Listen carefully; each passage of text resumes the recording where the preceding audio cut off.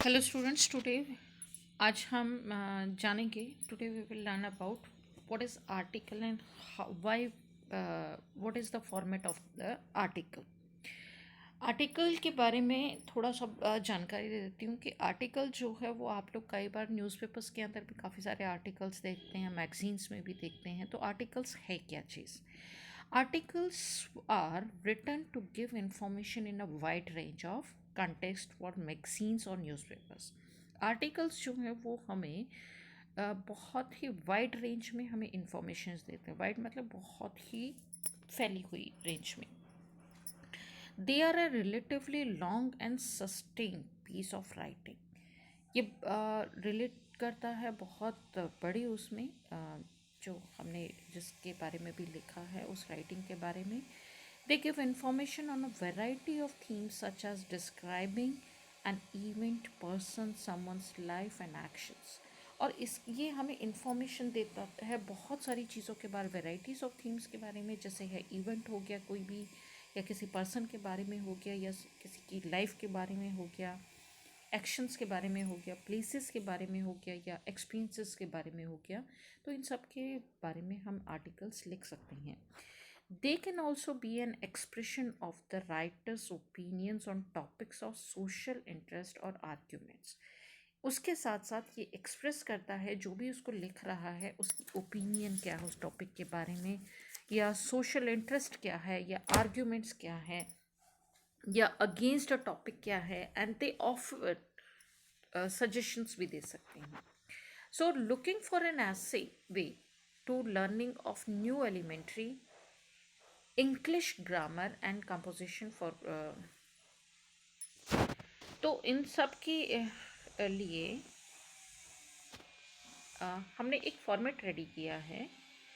तो writing, article writing का जो फॉर्मेट है हमारा वो है, सबसे पहले आता है राइट द हेडिंग और टाइटल एट द टॉप। सबसे ऊपर हम उसका हेडिंग लिखेंगे, टॉप पर टाइटल लिखेंगे।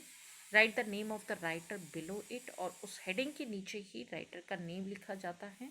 आपने न्यूज़पेपर में भी देखा होगा, थोड़ा सा बिग साइज़ का हमारा हेडिंग होता है, उसके नीचे ही, जस्ट नीचे ही जिसने लिखा है उसका नाम लिखा होता है, वो उसका थोड़ा साइज़ जो है फॉन्ट का वो छोटा हो जाता है। Now split your subject matter into 3-4 paragraphs. अब आप यहाँ पर 3 या 4 पैराग्राफ्स में अपने मैटर को डिस्क्राइब कर सकते हो। फर्स्ट पैराग्राफ जो होता है उसके अंदर होता है इंट्रोडक्शन। जैसा पहले हम ऐसे लिखते थे ना, द सेम फॉर्मेट ये हमारा आर्टिकल्स के अंदर आ जाता, थोड़ा बहुत मिलता जुलता है। पहले पैराग्राफ में हम इंट्रोडक्शन देंगे, briefly tell what the article is about. Introduction में होता है कि आर्टिकल जिसके बारे में हम लिख रहे हैं उसका एक थोड़ा सा हम ब्रीफली एक उसके बारे में बताते हैं। गिव सम स्टार्टलिंग फैक्ट और कोटेशंस टू अरोज इंटरेस्ट, और या फिर हम स्टार्टिंग में थोड़ा सा उसके बारे में एक इम्प्रेशन बनाने के लिए, या कह सकते हैं कि थोड़ा सा एक जोड़ने के लिए हम पहले जो है उसको इंट्रोड्यूस करेंगे। पैराग्राफ 2 और 3 में highlights the cause and effect of the problem. उसके बाद हम सेकेंड एंड थर्ड पैराग्राफ में उसमें जो भी प्रॉब्लम्स हैं उनको हाईलाइट करते हैं। फॉर एग्जाम्पल है टू सपोर्ट योर व्यूज़। अपने व्यूज़ को आपको सपोर्ट करना है तो पहले आप उसके बारे में बताओगे लोगों को। उसके बाद जो फोर्थ पैराग्राफ होता है वहाँ पर आता है कंक्लूजन। जो फर्स्ट और सेकंड थर्ड पैराग्राफ में हमने जो कुछ भी लिखा है उसका कंक्लूजन क्या है। ब्रीफली ऑफर सजेशंस होते हैं उसके अंदर, या सॉल्यूशंस होते हैं, या इम्प्रूवमेंट्स होती हैं, सिचुएशंस होती हैं, प्रेडिकेशंस होते हैं, एंड पर्सनल ऑब्जर्वेशन क्या है निकला आपका उन दोनों चीज़ों को पढ़ने के बारे में, वो हमारा लास्ट पैराग्राफ यानी फोर्थ पैराग्राफ में आता है।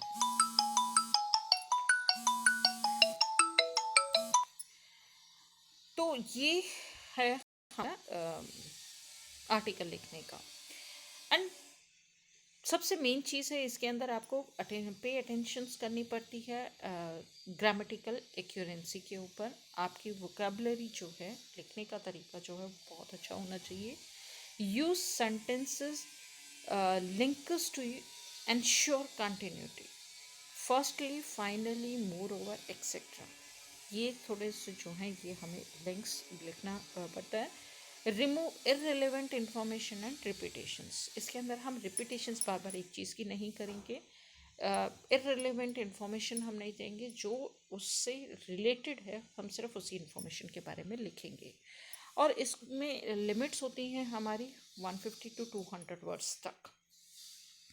And right good ending, ending जो है उसका आर्टिकल का वो बहुत अच्छा होना चाहिए। उसके अंदर आप कई बार मोरल्स भी लिख देते हैं। In an article, it's better to give the readers something to think about. और सबसे अच्छा है कि आर्टिकल्स के अंदर आप रीडर्स को कुछ बहुत ही अच्छा उसकी एक मतलब कि कहते हैं ना कि सोचने पर मजबूर कर दे।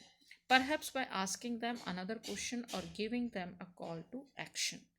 Often the best ending link back to the starting point in summary, use of quotations, slogans, couplets, compliments भी दिए जा सकते हैं, may be incorporated as per the requirements and relevance. Slogan भी जैसे नीचे हम लिखते हैं वो भी लिख सकते हैं, कोटेशंस भी दे सकते हैं, मोरल भी दे सकते हैं।